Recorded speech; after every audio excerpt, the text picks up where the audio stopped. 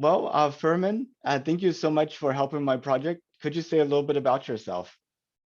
Thank you very much for your invitation. It's my pleasure to be with you. I am currently working in many things about this space, and I'm very interested in Moon in 2024. Currently, I'm working for the largest association in Latin America, whose name is Relaca Espacio, where we make congress, we make studies, we make many different activities. Also in Mexico, I preside a foundation which is called Approaching the Universe. The short name is FAU. And there are many different activities. It is focused also in space, in many fields, mainly education. And also I host a TV program whose name is Café Espacial. And finally, I also has a consultancy firm called CI Consultoría Internacional, or International Consulting, where we help the space entrepreneurs. So that's my main activities in the space field. I want to talk to you a little bit about your help with space entrepreneurs. Just a few years back, there were only two countries that had private companies that could launch satellites into orbit. One was the United States with SpaceX, and the other one was New Zealand with Rocket Labs. Exactly. And my thought is, if New Zealand can do it, anybody could do it. Exactly. Yeah, you're right.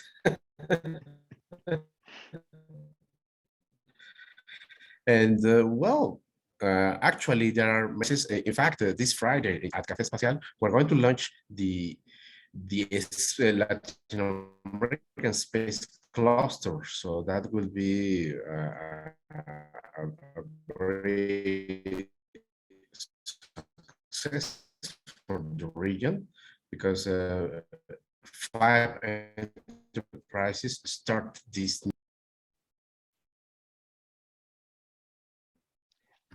I think we had a little bit of internet connectivity, and it's very possible it's on my side since we have the tropical storm coming through my area right now. So. No problem. Yeah, it's internet. It's like that every time. So okay. Yes, so maybe could you repeat that point just to make sure we got it? Yeah, of course. I mentioned that that actually there are many different enterprises from different countries, and I mentioned that even in Latin America, this Friday will be launched the first Latin American space cluster, which is integrated by 5 enterprises. One of them is a space agency from Ecuador, and these 5 enterprises are going to provide services for all the Latin American entrepreneurs in the field of space. Yeah, I think the biggest challenge, uh, I think there's two biggest challenges when it comes to space and maybe all entrepreneurial things.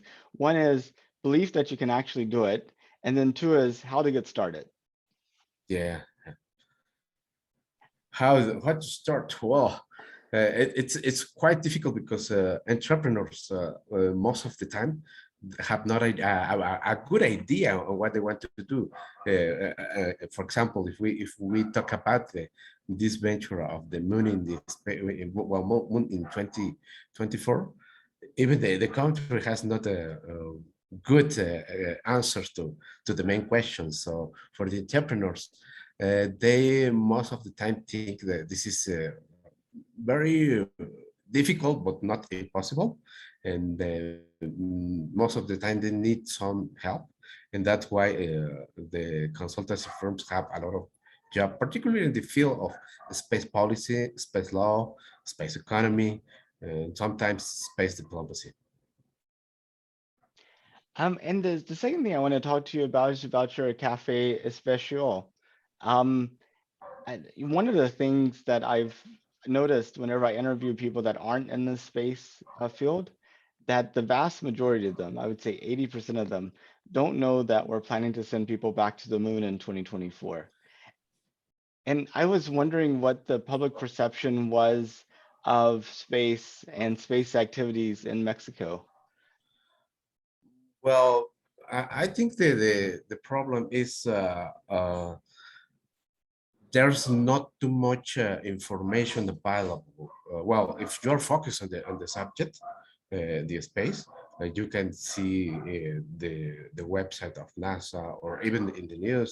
It's easy to find, but in general terms, and in the news, there are not too much information about the space missions regarding the moon, because regarding the space activity, the SpaceX activity or Blue Origin activity and other main enterprises, all the time we're having news around them.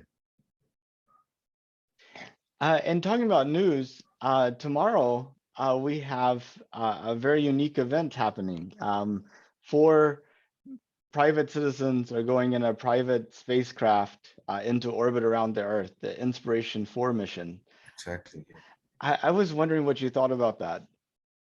Well, I think Inspiration 4, it's a great project, and it has many good objectives, and for for the Mexicans, probably they don't know that a lot, but I think it's very inspirational for many people who are around these space activities, and I think it's the future of the space, the manned space flights, because they have a good vision in the near future of the space exploration.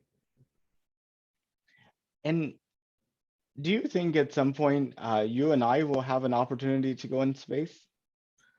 Uh, well, for example, Yasuko invite many people. Well, this guy from Japan invite many people to compete for a ticket to fly. Or also Elon Musk will do the same, and people like this who have many money, millionaire people, can invite people, and the possibility it's too short, to be honest. But if we can, I really would like it, and I would like to be in the same trip with you. That would be great. Yeah, that would be great. I, It's not easy. It's not easy. Well, but let me just give us a little example regarding the space trips. For example, space tourism. It's not cheaper. It's too expensive. Probably in the next 20 years that will all the cost, but I'm not sure that will be very available for the common people. yeah, I mean, it's really amazing to see what Elon's doing with SpaceX in Boca Chica, Texas, with his Starship he's building. Exactly. Yeah. Uh, I mean, if he's successful with having 100% reusable spacecraft, and he's Yes. making two of them a week, and they each can fly multiple times a day, I Yeah. think that completely revolutionizes the industry. The rockets are the key to the space. That's really important. And as you mentioned, that the space technology has reusable rockets. So that's a great revolution, and many people will have the opportunity to trip to the moon. Well, not to the moon, to the space orbit of the Earth, and in space storage. But many researchers, many astronauts will have the opportunity to trip in longer trips, for example, to the moon, or even to Mars, which is in the near future. Absolutely. And where do you see humanity expanding to? Like, do you think at some point there will be humans who are living continuously on the moon and who maybe live their entire lives on Mars? Or do you think that's kind of unrealistic? Well, according to the information provided by NASA, for example, we have planned that, well, not when I say we, it's the humanity, including the space agencies like NASA. Uh, We have planned to have at least in the beginning trips for months, for example, 1 month, 2 or 3 months, and then come back as actually we do with the International Space Station, something like that, but with some habitats in the lunar surface. It's and I like to tell people about the amount of energy that the sun produces and how much of it actually falls on the earth, right? The sun is producing energy in all directions. And if Yes, you were to create a sphere, that had the same, circumference as the Earth's orbit, and you looked at the surface area of that sphere compared to the surface area of the Earth, the ratio is like 1 to 700 billion, meaning that everything on Earth, all life, all weather, all daylight, all everything on Earth has been powered with only 1/700th billionth of the sun's output, which which means that we could almost get unlimited energy from the sun if we could exactly. actually figure out some way to capture it. Yeah, sun energy is has a great potential for human activity, not only in the moon, even in the rest of the universe. So, for example, we can talk about the Voyager spacecraft or the many other different missions to the out of the galaxy, and that's an example of what can solar energy do. So, for example, for the mission in the moon, that would be a very key uh, area, the energy from sun. I've, uh, I mean, the idea would be to put some solar panels in orbit around the sun, but then the question is, how do you get them there? And then, you don't want to take everything from Earth, but if you could do like mining on the moon and mining on asteroids and manufacturing in space, at some point you could develop all of this infrastructure outside of the Earth. Yes.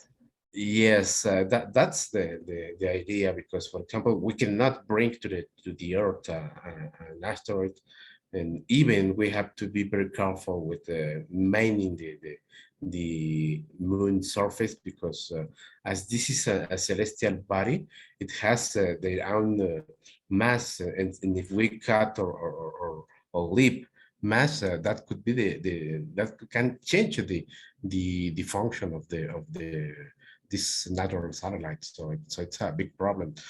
So the main idea is to capture the asteroids, bring it to the moon, and then mine it and send to the Earth the minerals or the the gold, for example, diamonds and other important and strategic minerals that in the Earth economy are very important. For example, for the satellite industry, for cell phones, for computers, and things like that.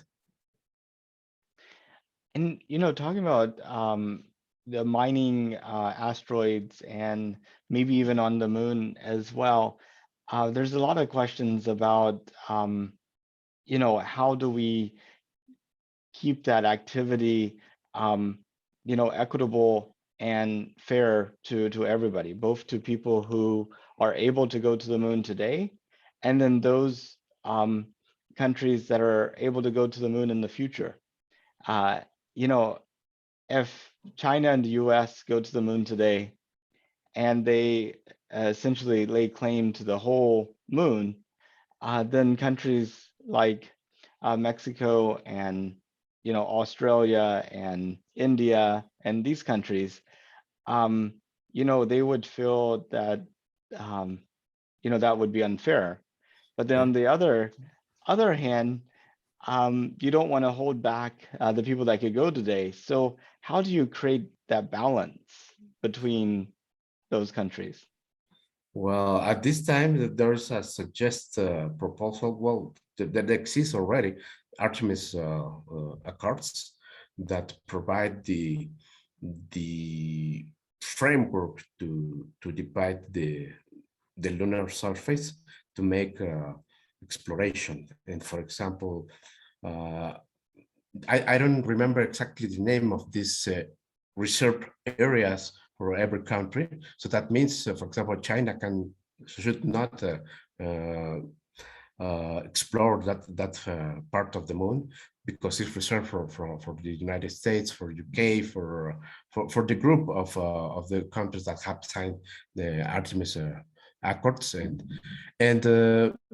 I think that's the at this moment that's the only way to preserve the a good relationship in the moon. But I think it's not enough because this is a legislation made by the own countries who have interest in the moon, and this is a geopolitical and geostrategic uh, uh, affair. And I think that we should construct or build multilateral legislation.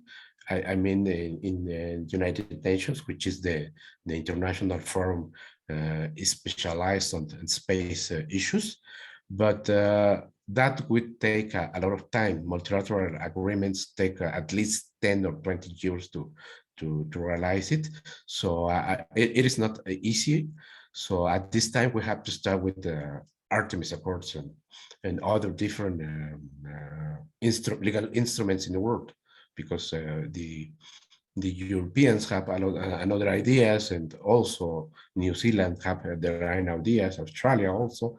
So at this time, we only have Artemis Accords.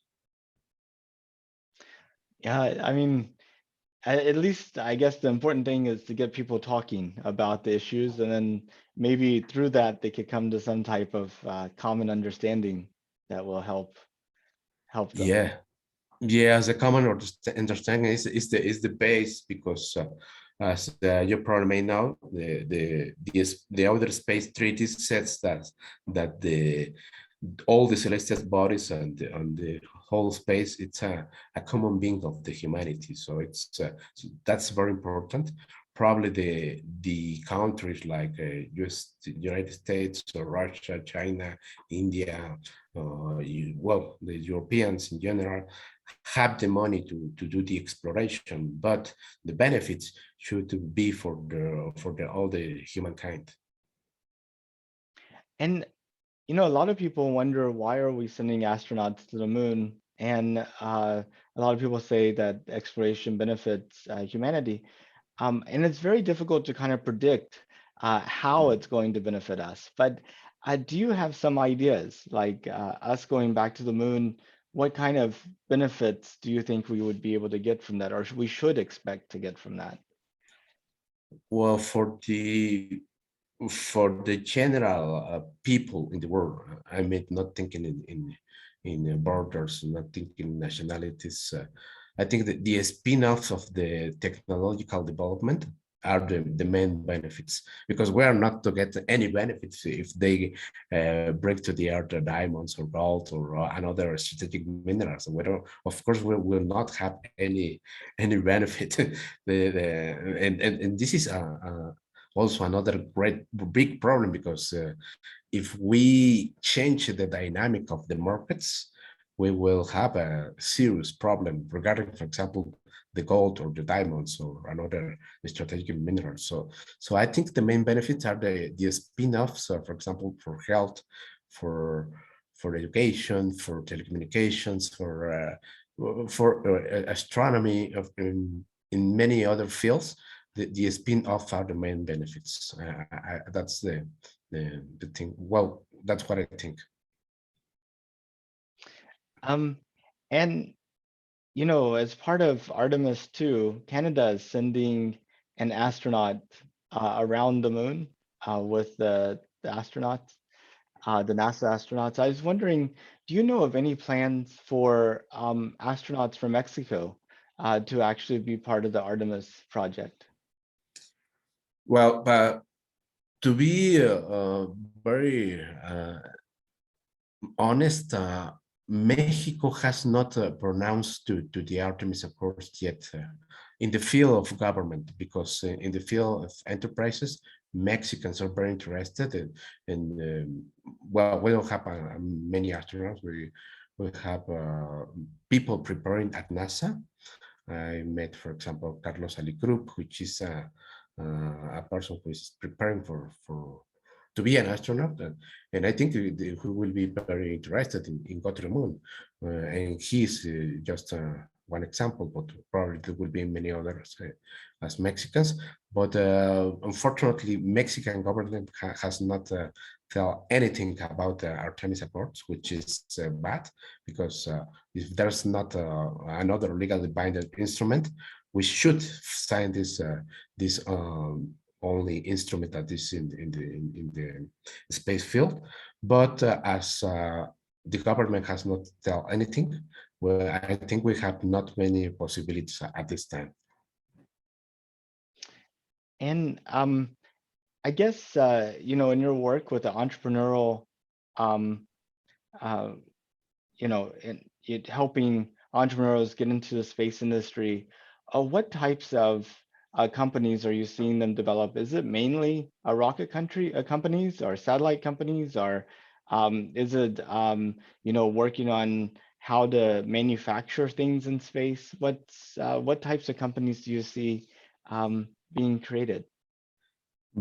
Many in the service sector, many, and some of them probably can be in the launching services and rocketry, and also in satellite capacities. But in general terms, for example, mine as an advisor for entrepreneurs.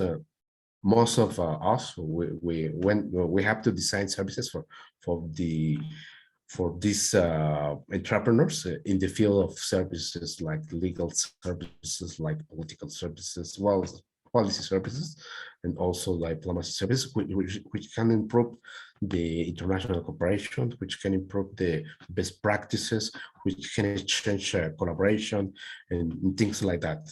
And also the legal basis nationally, regionally, and worldwide. And do you have any particular companies that you've helped with that you're particularly excited about? Well, at this time, for example, Astralinto Space Technologies from Ecuador is one of our partners. So we are envisioning a future in the Latin American space cluster. So that's one of the main entrepreneurs that are thinking in launching services, for example, for the satellites missions. And in the future, they have ambition a mission to the moon. And for example, potentially we have some Mexican universities like UNAM, the Mexican Autonomous University of Mexico, who has, for example, Colmena mission. There's also another private university which is called Pan American University that has Colibri mission, and also there's another university in Puebla which is called UPAEP that has Aztec Sat mission. So for me and for my firm, those are potential clients, or and I can help them, and probably there's just to mention some of my potential clients. That's really exciting. I look forward to see so many, space companies from all the world being Yeah. created, and it'll be really great to see some in, Mexico and Ecuador and Chile and um, Argentina also, which is very strong, and Brazil, but Brazil has a different relation with the rest of the region. So they are uh, very good collaborator with China, for example. But in general terms, we have a good relation with space programs from US, with NASA, for example. But I think the main countries at the region regarding the Latin American Space Agency, which is still in progress, are only 6 countries. Start with Argentina, uh, Ecuador, Peru, Costa Rica, Mexico, and I think what else? But well, I remember that those countries which are starting the new adventure of the CELAC, no ALCE, sorry, ALCE, which name is the Latin American and Caribbean Space Agency, and I think that they are also a potential client for us. That's wonderful. Well, those are pretty much the questions I had for you. Did you have any questions or other things that you wanted to talk about? Well, regarding the main question when you invite the people to participate, I think I want to figure out a little bit on the future of this moon in 2024, because I think it was originally planned for 2028. So there have been some changes in the schedule or calendar, the lunar program. So I think there are some obstacles to to achieve these main goals. For example, the money, the suits, the lander, the rocket, and things like that. They are very important. So it is important that the people knows that it is not easy to say we are going to achieve this goal. We have to seek with to be very careful in telling we are going to achieve this goal, and I think that that's very important. Yeah, I there's like you said, there's lots of challenges. Just recently, the NASA Office of Inspector General came out and said the spacesuits likely won't be Yeah, ready for Artemis 3 in time. Um, then exactly. then you have this legal battle between NASA and Blue Yeah, Origin about the human landing exactly. system.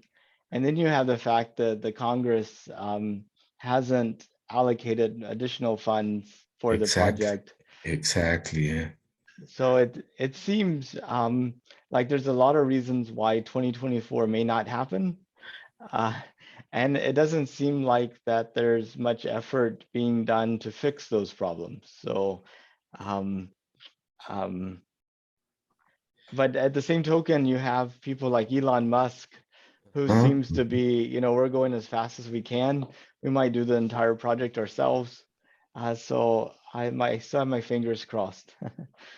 Yeah, me too. And for example, there are many questions that in the 2024 mission are still unclear. So that's the main problem.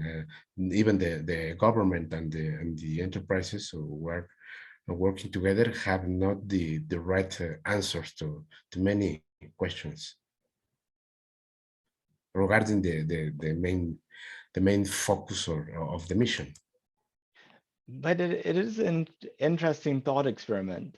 If we wanted to keep 2024 as a goal, and we really didn't care about who was on the moon in 2024, what do you think would be the best way to make sure we were able to keep that date?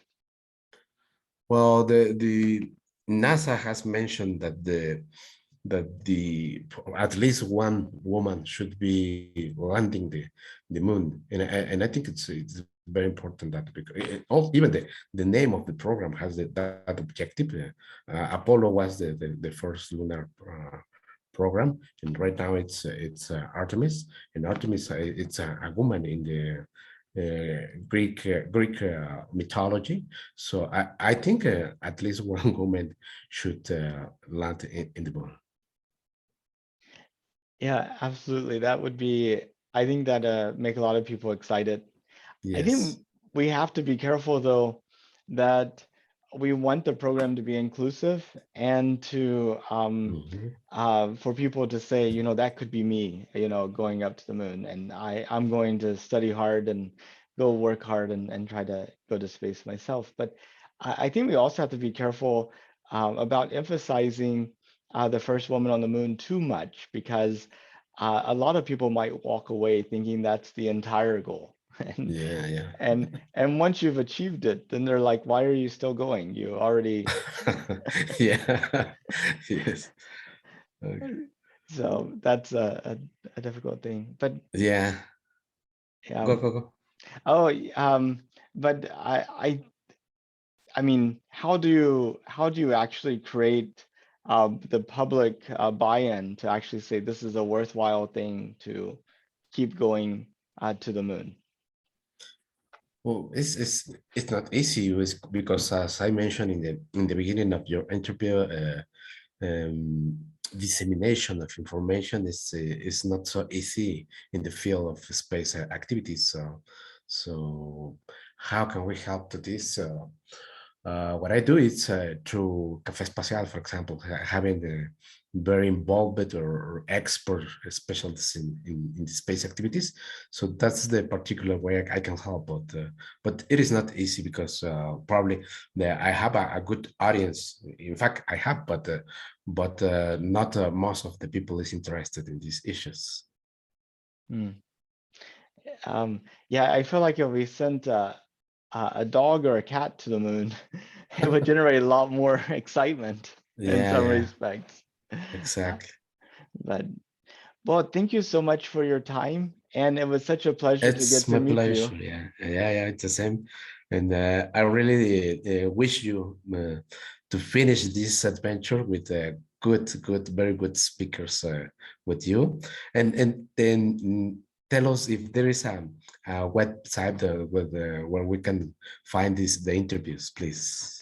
Yes, they're all put on countdowntothemoon.org. I Uh-huh. can send you the link to it. Thank you so much. And you also asked how many people from Mexico have I interviewed? I think the number was 4. I'd like for that number to be much higher. So if you know people that would be willing to talk to me, I hope you Yeah, send them yeah, my way. no problem. I will recommend some people to go to the website to subscribe to your interviews. That'd be fantastic. Well, I hope you have a good rest of your day.